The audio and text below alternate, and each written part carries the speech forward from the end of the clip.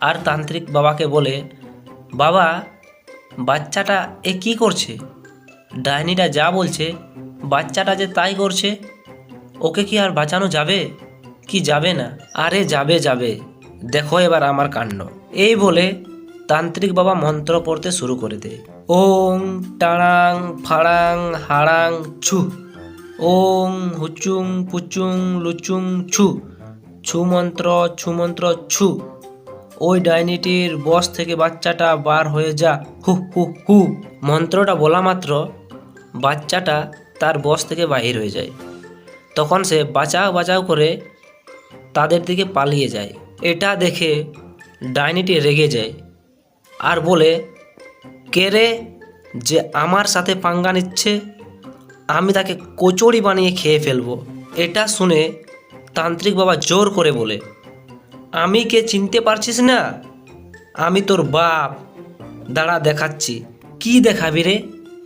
দেখা, জলদি দেখা, না হলে তোর ঘাড় মটকে দেব।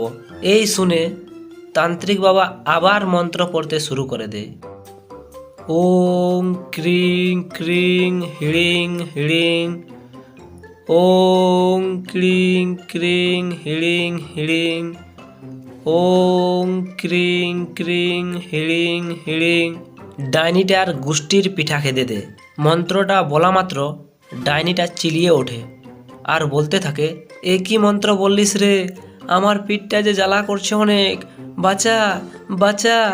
ডাইনিটাকে বাঁচাও বাঁচাও চিৎকার করতে দেখে তান্ত্রিক বাবা বলে, কি হলো, এত জলদি ফেটে গেল? এটা বলা মাত্রই ডাইনিটা অজ্ঞান হয়ে পড়ে যায়।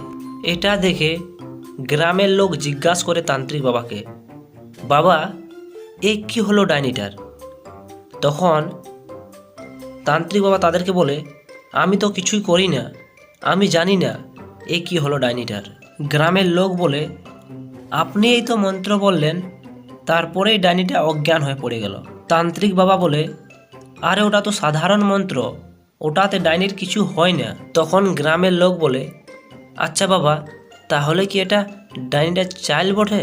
হ্যাঁ তোমরা ঠিক বলেছ, এটা ডাইনিটার চাল।